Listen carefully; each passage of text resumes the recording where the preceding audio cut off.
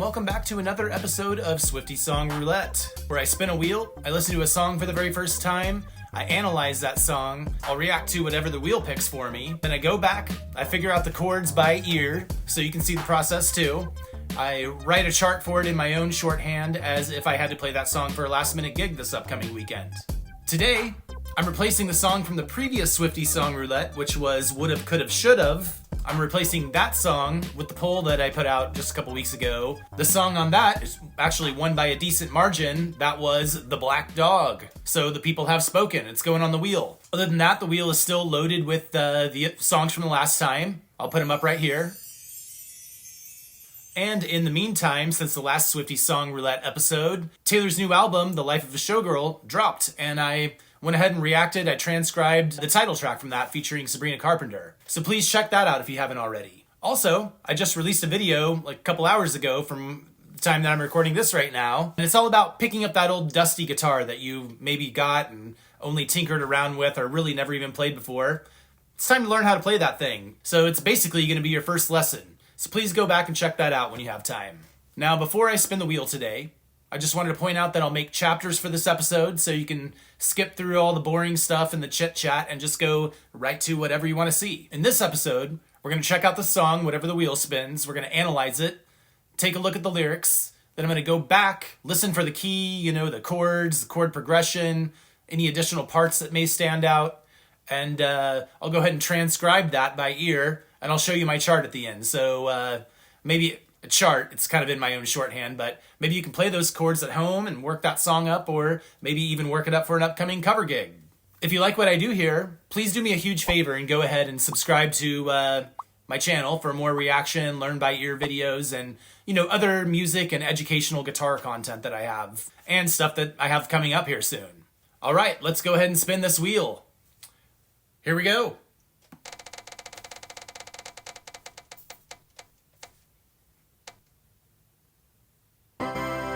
All right, we got the song Getaway Car. We're going in. Hey, this is Rob from the future here. Before we get started, I have to address something that was very frustrating about the process of making this video and posting it. I spent probably 8 hours in total between, setting up, recording, getting this episode ready, uploading it, and then, preparing it for everyone to watch out there. Then, when I uploaded it to YouTube yesterday, it was immediately blocked worldwide, so not a single person other than me could view it. I reacted to a live video of Getaway Car from the Reputation tour, and I had to delete that original video and do some editing so I didn't feel like this week was a complete waste of time. So during the reaction portion, I'll go ahead and explain in detail what happened, and I'll share my thoughts. The bad news is that there's no actual reaction to this video, unfortunately, as much as I wanted there to be. And, it's probably the main reason that a lot of you came here today, so I truly apologize for that. The good news is that the rest of this video is still intact, so if you're interested in the chord analysis, I do listen to the studio version in it and kind of cut that in bits and pieces. I have the transcription, the chart, the lyrics portion, and the Chiefs Chat segment. So if you're interested in that, please stick around, and if not, maybe I'll see you in the next episode. Okay, let's keep going with this thing. Alright, so this song was off the Reputation album from 2017. It was written and produced by Taylor Swift and Jack Antonoff. We'll check out the live version first on the reaction and the initial analysis part, and I'll go back and listen to the studio version. So, without any further ado, let's go ahead and listen to this thing. This one is from the Reputation Stadium Tour on the EAS channel, whatever that is. It has 1.2 million, almost 1.3 million views. Released 3 years ago, and we're going in. Alright, so I recorded this video on Monday, I finished editing it on Wednesday, uploaded it, and it was immediately blocked. By who? Netflix, of all people. I expected Universal Music Group or Sony or something like that to, give me a content claim, but not completely block it for nobody except for me to see. So I dug around on Netflix, and this video was nowhere to be seen on Netflix. So the rights to this video are owned by Netflix, but they don't currently have it out there as far as I'm concerned. This was from the EAS Music channel on YouTube, and it was posted 3 years ago. It has over 1.2 million views. What's the deal with me not being able to post this and getting immediately blocked? So you Swifties actually suggested that I react to the live versions. I was just planning on doing studio stuff, But I wanted to do the live versions because I love live music. But I might have to be selective with this moving forward. So how do copyright claims and everything on YouTube work? Well, they have an auto-generated system called Content ID, and there are multiple levels of this. You know, you upload a video, Content ID automatically starts processing this for copyrighted material. If you don't have any on there, nothing happens, you don't get anything. Usually they put like a tag or something with it. So the Content ID stuff, you know, it's just a simple copyright tag. You know, if this video is monetized, the rights to the video will go to the owner of the, you know, the song itself, which I have no problem with. This is an educational channel. So then the next level is partially blocked, where you get a little yellow triangle with an exclamation point. It's blocked in certain areas of the world.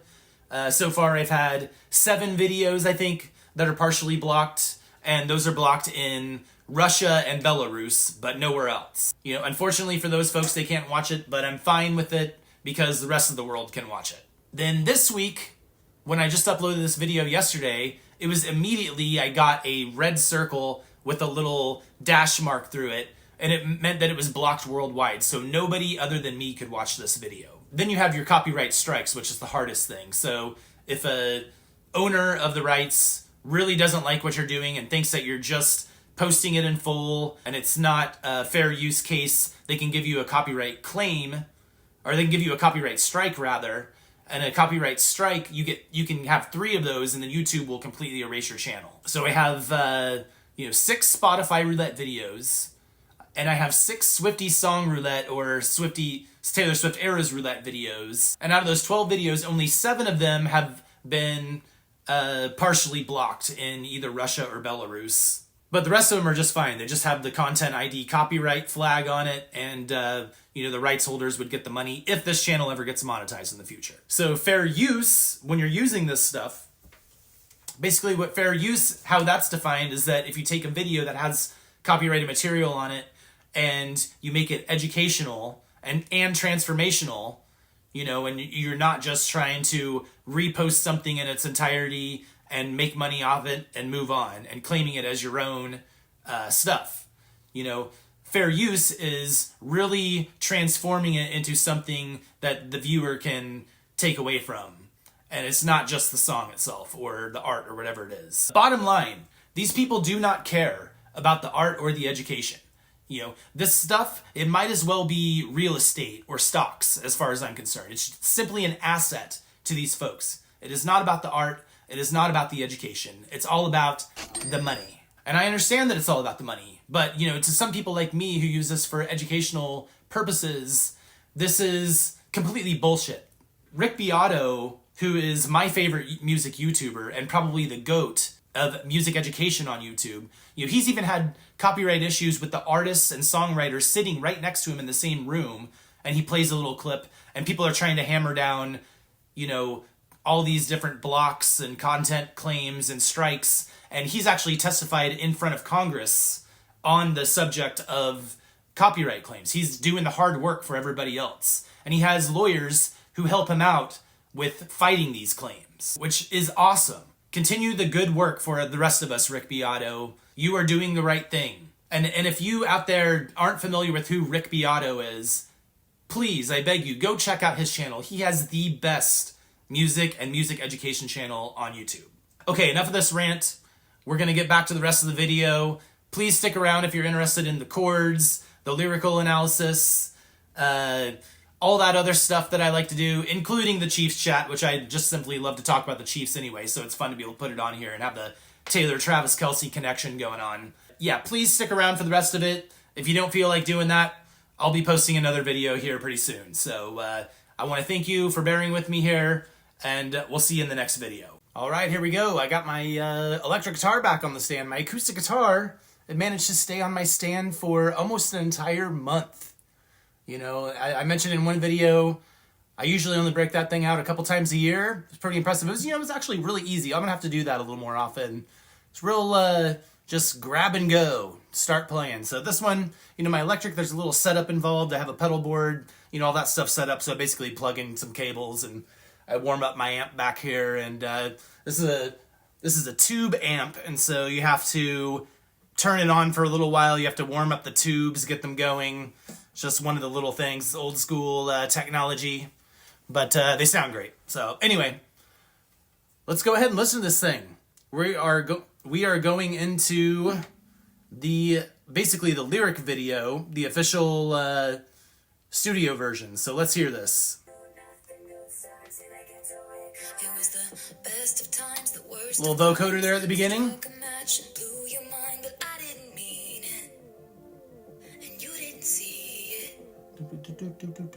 The ties were black, the lies were white, in shades of grey, in candlelight. I wanted to leave him. I needed a reason. Boo. Boo. Oop. Speaking of warming it up, here we go. Do. Okay, C.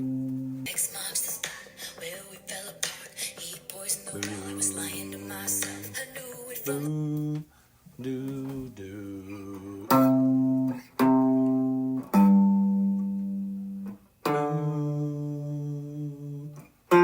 Boo. Okay.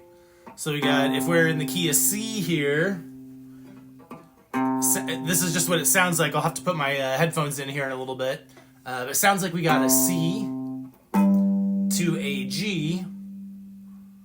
Boo. Boo. To a, that's a D, and then that's an F. So if that was in the key of C, C would be the 1 chord. Your G would be the 5 chord. The D, that would probably be a minor. That's probably going to be a 2 chord. And then F, which is going to be your 4 chord, which is going to be major. So, let's see. See if this sounds minor. Yep. Okay, so we're in the key of C. Sounds like a 1, 5, 2, 4 in the key of C. And from what it sounded like on that initial listen there, it sounded like it kept those chords going through both the verse and the chorus. When I put my headphones in and listen to the studio version, I'll definitely double check that. And then it sounds like there was a bridge section. But for the most part, this is kind of more of a fun, grooving kind of party song, which I really like. So there's a good vibe to this song. I like the positivity, and I do love really... this is speaking of some of the other songs, which I love those really deep, emotional songs. But it's fun to kind of take a break from that. The last video I did, which was not part of the Swiftie Song Roulette series, she dropped her new album, Life of a Showgirl, and I listened to the title track. That one was a really good song. There was a lot of chord movement going on in that one, a lot of arrangement, and it was definitely more of a party song, more of a fun song, not so sad.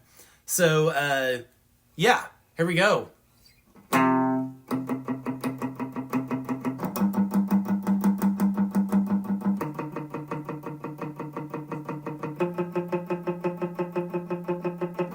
Now, of course, the synthesizer is playing all that stuff. So, if you're playing that as a guitarist, you're going to kind of lay low. You're still going to kind of follow along with what those chords are doing. But, yeah, it just depends on the band situation, what all instruments you have going on. But, yeah, there we go. 1, 5, 2, which is minor, and then 4, which is major.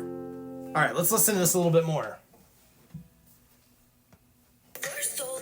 We were cursed. We never had a shotgun shot in the dark. You were driving the getaway car. We were flying. This one was definitely a very requested and suggested song from a lot of you who view the videos out there. So I know it's got to be a popular one.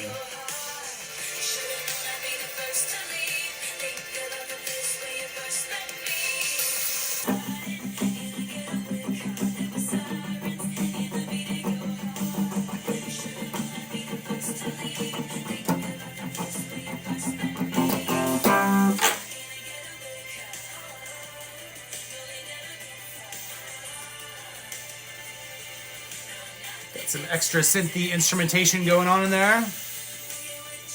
Here we go.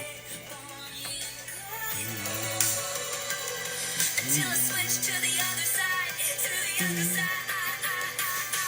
It's no surprise I turned you in. Boo.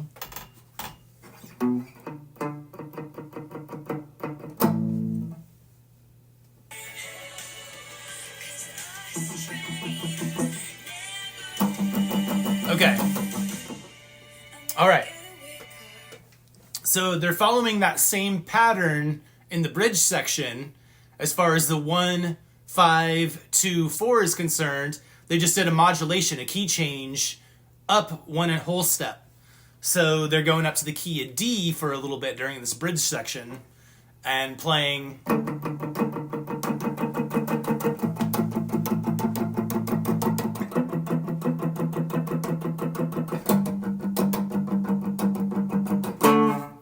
So you can almost turn this into a punk cover. Playing those power chords that chuck chuck chuck chuck chuck chuck chuck chuck chuck chuck chuck chuck chuck. I'll turn on some overdrive here in a little bit. I heard some overdriven guitars in the live version. In a bag and I stole the keys. That was the last time you ever saw me. Driving the getaway car. We were flying, but we never get far. No, they never get far. Got some piano octaves going there. No, nothing good starts in a getaway car.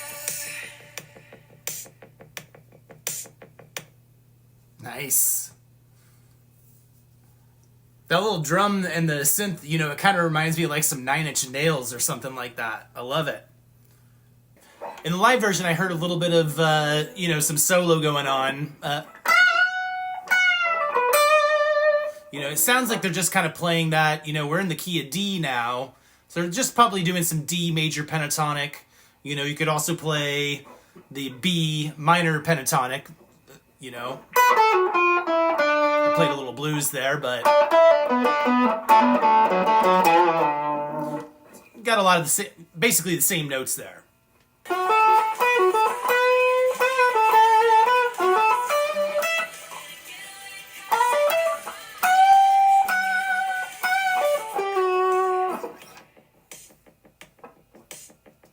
All right, so if I'm going through these chords, I can basically just play, D major pentatonic the entire way through.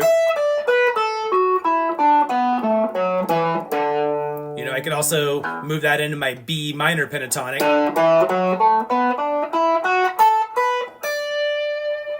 And I could also do the, what I consider the Dorian version of pentatonic.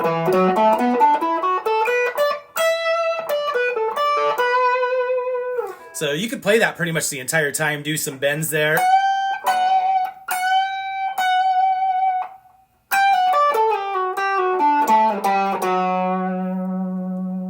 Arpeggio there, D major arpeggio going down.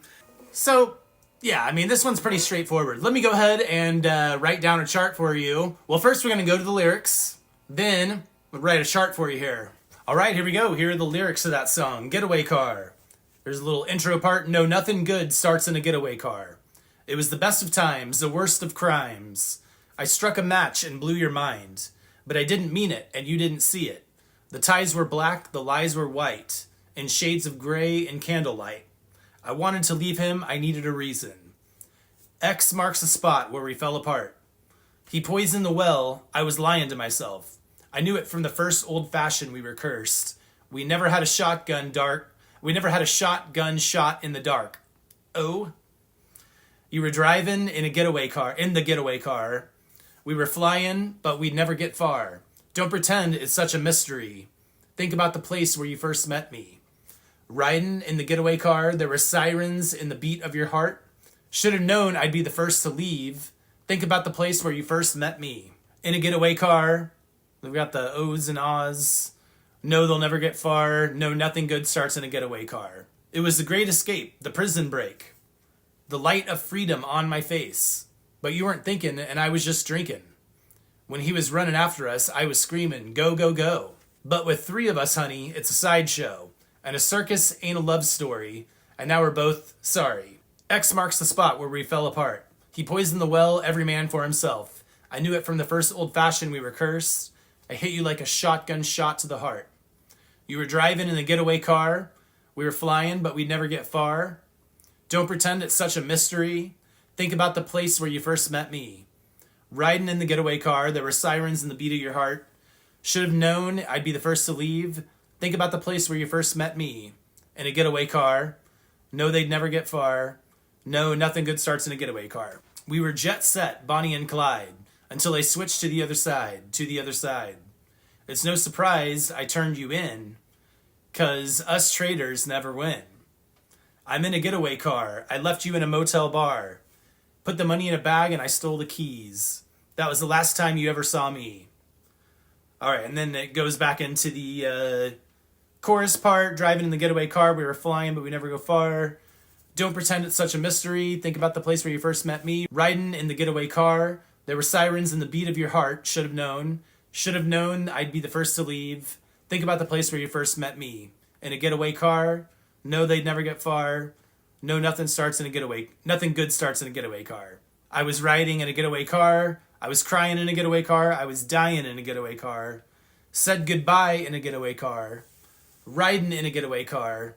I was crying in a getaway car. I was dying in a getaway car. I said goodbye in a getaway car. So even though, this song definitely sounds like it has some personal significance of potentially getting into a relationship here, it's not working very well between the two of them. And just kind of paints this picture of, maybe her going on dates with somebody and just not quite working out. And she had to get out as soon as she could. This song kind of sounds more like a fling type relationship as opposed to something deep, where, when things go awry, she really digs in the claws with her music by elaborating on a story about how angry and sad she was about the relationship gone awry. But this one has kind of a fun vibe to it, and I could see it maybe even not being about a personal relationship, but just setting up a story and encouraging people to get away from the bad things in their life. All right, so that was a really fun song there. I went ahead and went back. I did my transcription after analyzing the chords and everything. One thing I realized that I missed out going through it the second time that I caught the first time was that there was an extra chord in there in the bridge section going into the final chorus. So I went back, I listened to that. Basically, pretty much the same chord, only it's minor instead of major. And then, there's another instance of kind of a country thing that Taylor does, even though this is a pop song. It's kind of an indie pop kind of sound of song. There's still that lingering little bit of country music composition going in there where everything's going along great. You've got the same chords going on. This is from a player's perspective. You got the same chords going on, and then boom, out of the blue, there's either like a random chord or a random change or something like that. There were times where I'd be on stage playing a song, and I'd never heard the song before, and I used to gig with this keyboard player who he'd just throw me up the numbers. So we'd be like, all right, this is 1 4 5 in the key of G, 1 2 3 4 go, and sometimes he'd be over there throwing numbers at me if there was a random change coming up. Because going into playing country music, I really had only listened to like Garth Brooks and a couple other random country songs here and there. But that's one thing that I noticed in like 95% of those country songs is that you're cruising along having a fun time, and then boom, a random chord comes in or a random change comes in. So Taylor does this in this song. So that being said, here we go. Here is the chart. And this is, like I said, this is my shorthand notation. I like to put the title up here, whoever wrote the song up there, the key. You can see the key is in C. It modulates to the key of D. That's why I kind of put that in very sloppy parentheses over there. But, we have the A section. So 1, 5, 2, 4. The 2 chord is typically minor in this setup, within the diatonic chord scale, which is what all this stuff is built off of. But you have C, G, D minor, and F. You play that basically, you have the A set of chords down here. Intro, verse 1, pre-chorus. Then it has a chorus. I wrote a post-chorus because it's doing the chorus chords, and it still has a chorus vibe, but it's not the exact chorus lyrics. So I wrote post-chorus there.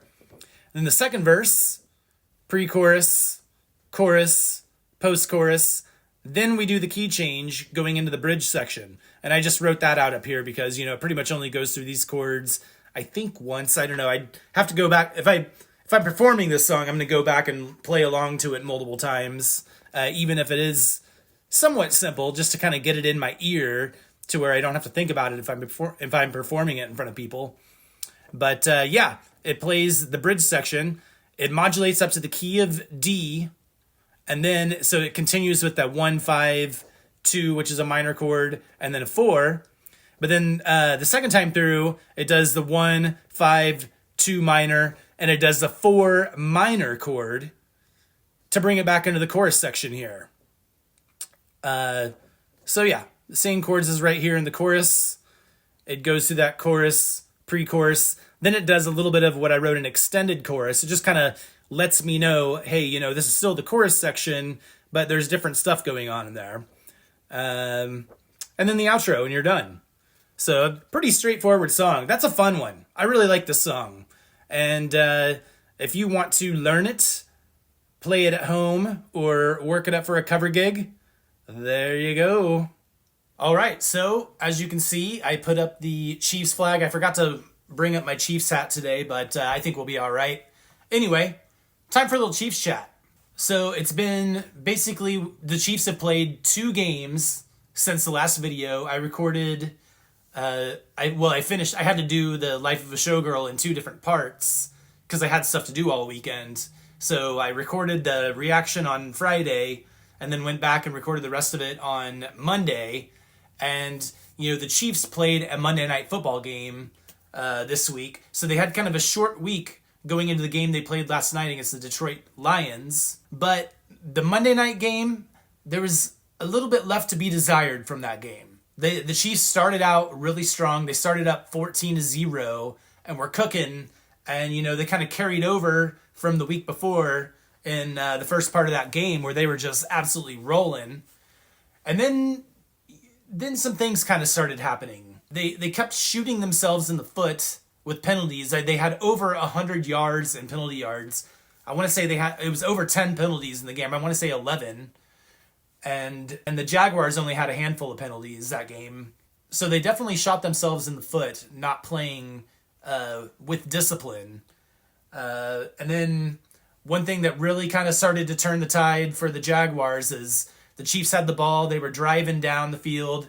They had a really long drive, multiple plays, got all the way to the end zone and looked like they were about to score a touchdown. They were right on the goal line. And Mahomes threw a pick, which doesn't happen very often in the end zone. And really worst case scenario happened there. Right on the goal line, the Jaguars defender snagged it. It was a really great play. He read the play incredibly well. Picked off Patrick Mahomes. It's an interception, basically. They take the ball, run it the entire distance across the field, and score a touchdown. They call that a pick six in the NFL world, or in the football world. And that kind of stuff just completely will wear down a team's confidence. You throw a pick six anyway, let alone a pick six that went back for almost 100 yards. So that hurt. That kind of stuff happens. But football is a game of momentum. And that play right there really just kind of turned the tide. And then, the Chiefs kind of started to gain a little bit of momentum. I mean, the Jaguars, they just got to give them credit. They looked great. They were incredibly prepared for this game. They wanted that game more than the Chiefs did, obviously, because the Chiefs are playing undisciplined. But yeah, the Chiefs had a chance there. They kind of clawed their way back. The Jaguars, I want to say they scored 21 unanswered points. And, the Chiefs had a chance to do something there at the very end. And then our kicker, Harrison Butker, on the kickoff, let's see, we'd scored a field goal or a touchdown there toward the end. I don't know. I was starting to kind of lose my mind there toward the end of the game. But, Harrison Butker, our kicker, who's usually pretty good. He's been a little hit and miss, more miss this year than normal. But he kicked the ball out of bounds, which is a penalty. And that set the Jaguars up for only having to drive 60 yards to get a touchdown. And yeah, I think they ended up kicking a field goal to end that one. I don't know. I've kind of locked that one out of my memory for the most part. That was a tough one. We lost that game. What was the final score of that game? 28-31. Jaguars won. Yeah, that was a tough one. So then you have a short week, so you have less time to prepare for the next opponent, and it just so happens that the Detroit Lions, going into this game, were the highest scoring offense in the NFL. You know, they always have a great defense. Their coach is a defensive guy, and you know they play without relent.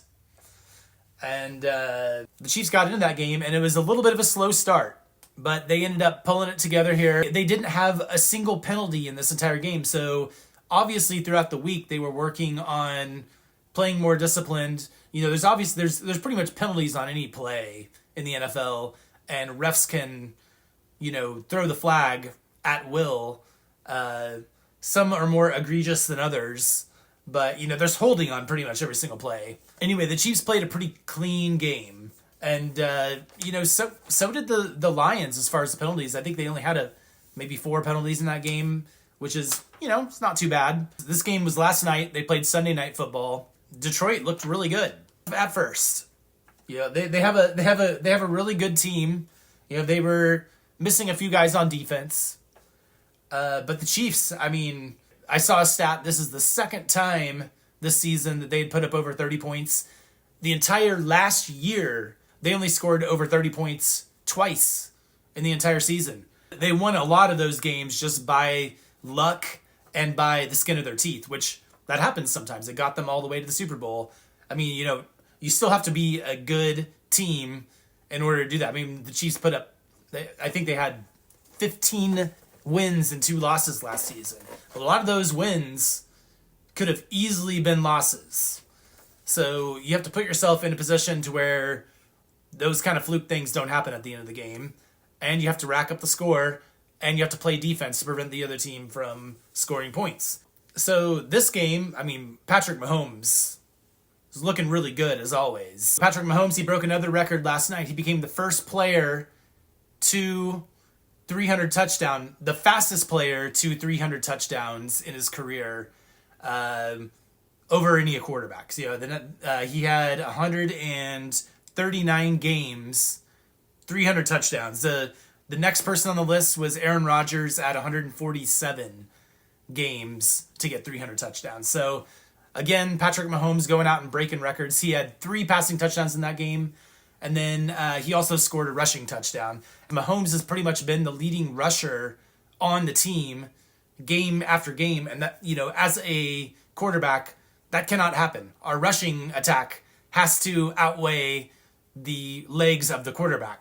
So Isaiah Pacheco, one of our running backs, he actually had the most amount of rushes last night. Now we have kind of a 2, sometimes 3 running back system. Primarily, we lean on two guys for the running game, but yeah, that was really nice to see. Both, you know, Mahomes just tearing it up again, and then you know, Pacheco and also Kareem Hunt, our other running back, you know, getting some touches, and that's really important. When you run the ball, you can really control the clock. Then it also sets up the pass, so that the quarterback can have more options if the team thinks that they're going to be running a lot. So there's a lot of little things in football that lead to, you know, wins and losses. So, and then after the game was over, there was a little scuffle that broke out. One of the Lions players didn't like the result or whatever was happening in the game, and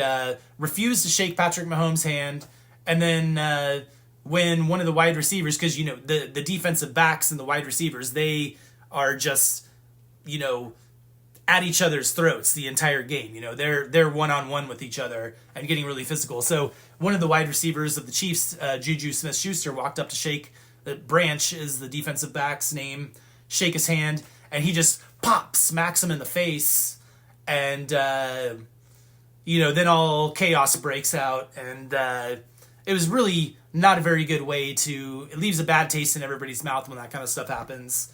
But I expect that Branch is going to be getting a fine and potentially a game suspension for that, because that's just a dumb move. These people are grown adults, and I know people get worked up in the middle of games and stuff, but you leave it on the field. But anyway, Chiefs had a really good game. 30-17 they won. And then we are playing a division opponent at home, the Las Vegas Raiders.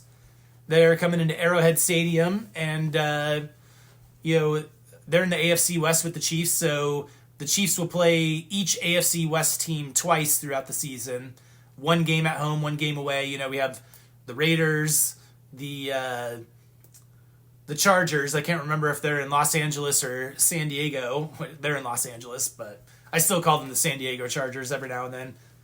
And then we also have the Denver Broncos in our division. So we'll play each of them twice in the season.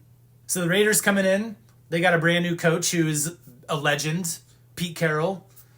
And we'll just have to see what happens. It's always a good battle. It's usually pretty close games between the division opponents because we know each other so well. And, if you win your division at the end of the year, you basically get a free pass to get into the playoffs. So that's a big thing. Right now, I think the Raiders are at the bottom of the pack. Chiefs are just barely above them. They got up to 3-3 on the season, so they're 500, 3 wins, 3 losses. And then I think the Chargers are at the top, and the Broncos between us and the Chargers. So there's a lot of season left still. We're about a third of the way through the season. Next week, we get back our number 1 wide receiver, who is pretty much out all last season for an injury.